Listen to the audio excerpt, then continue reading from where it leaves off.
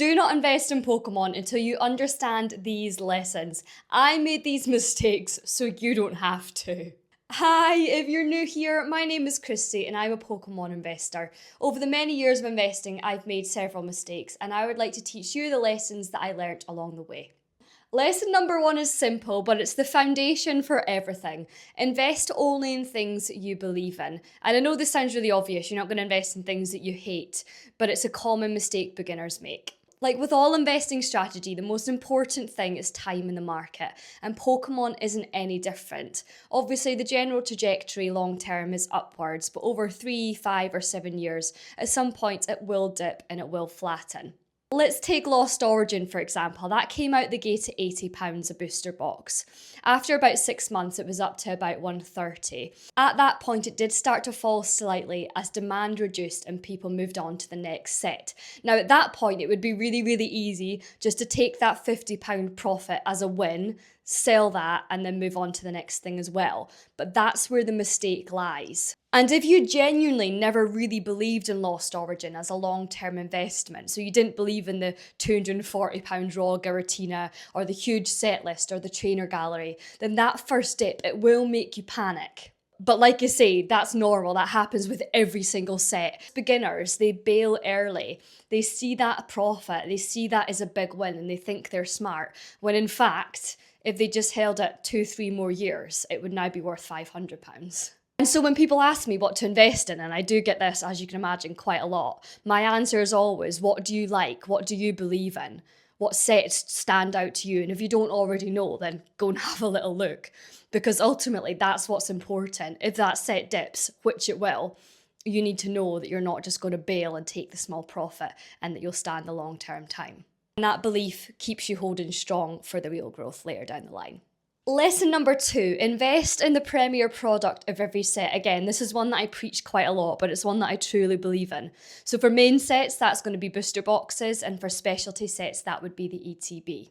If you're new to Pokemon investing, or if you're just looking for the lowest risk possible, then this is what I always go with. Just to quickly illustrate this point with some figures, let's have a look at some sets and compare their release price for the booster box to another item from that set. And usually I tend to have picked the highest value item outside of the booster box or the ETB, depending what set it is. Starting off with a low value set, let's look at Vivid Voltage. So that booster box is up 124% from release price until now. The Build and Battle box is down 20%. Lost Origin, that's a big one. Booster boxes are up 480% from release price, while the Arceus V-Star Collection box is up 5%. Pretty substantial difference. And whenever I mention this rule, usually in the comments, I always get comments of, okay, well, I've got this really big, important, popular set that performed really well, and I have X from it, and that's actually done really, really well. But usually, if you compare it to the booster box, usually it's still not performed as well as percentage-wise as the booster box did.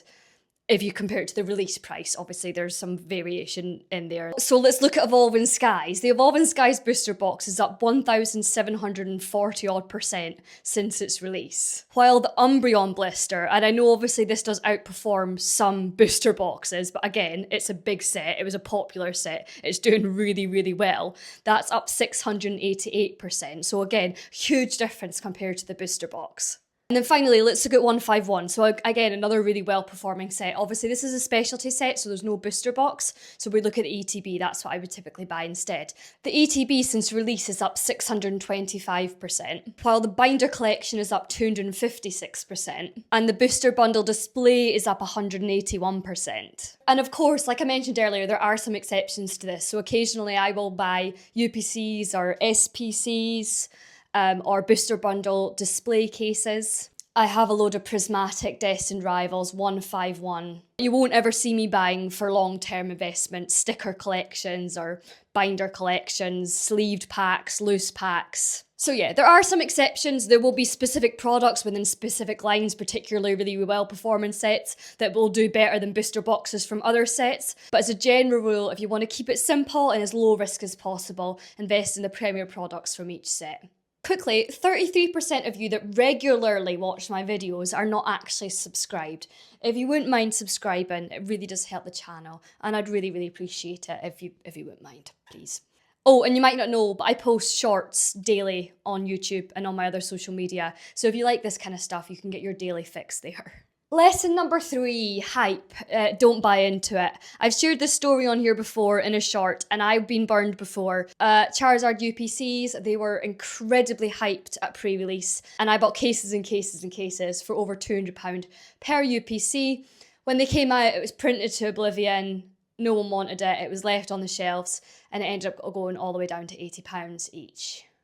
And then second mistake to that, I panicked and I sold them all, or almost all of them. They're now worth £300. If I'd held them, they would have been worth that now, but I didn't. But I was learning. And actually, to be fair, there were better places for my money for those years anyway. Like Lost Origin booster boxes that time were £85 each, and I know what I'd probably rather have now. I would rather have a Lost Origin booster box than one of those UPCs. So yeah, it's very, very easy before a set comes out to get really excited about something and get really caught up in the hype. But ultimately, a set's not going to come out and then shoot up to the moon. It's pretty unlikely.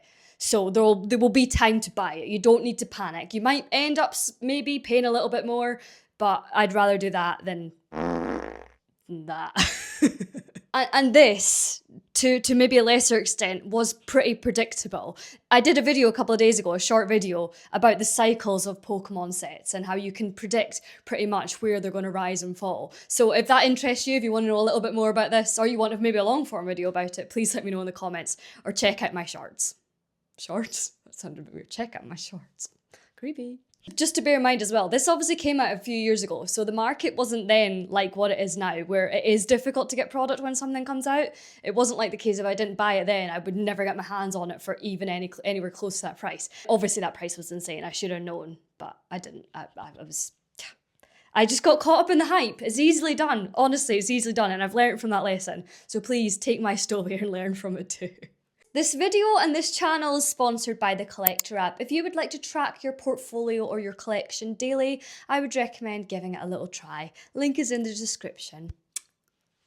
And lesson number 4, diversify. Like with any investment category, diversification limits risk. The losses in one thing can be softened by the gains in others. Personally, I choose to diversify by buying the premier product of every single set. No exceptions, no excuses. I used to have a rule where I'd buy at least a case of every single set, and now more recently I do 2 cases of every set. But that's only my minimum. If I see sets that I think are going to be top performers long term, that I can see are doing really well, so Destined Rivals, Prismatic, 151, then I will buy more, sometimes substantially more.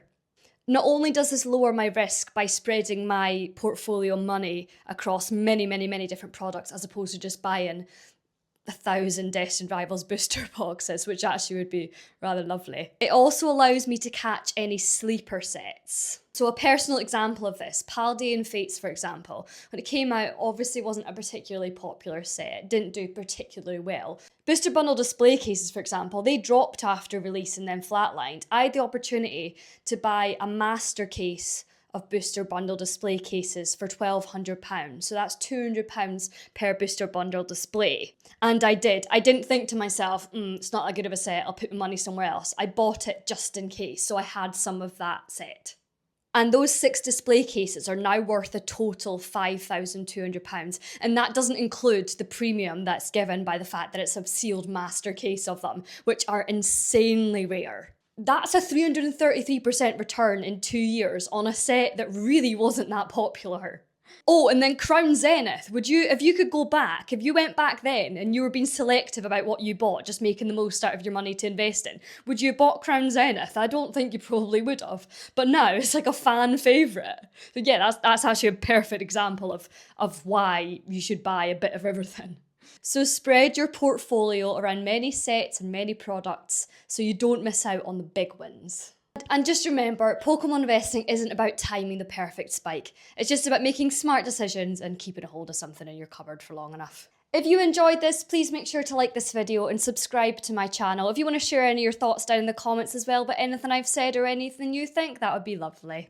Thanks for watching. Bye bye. It's very, very easy. Am I filming? Yeah. So yeah,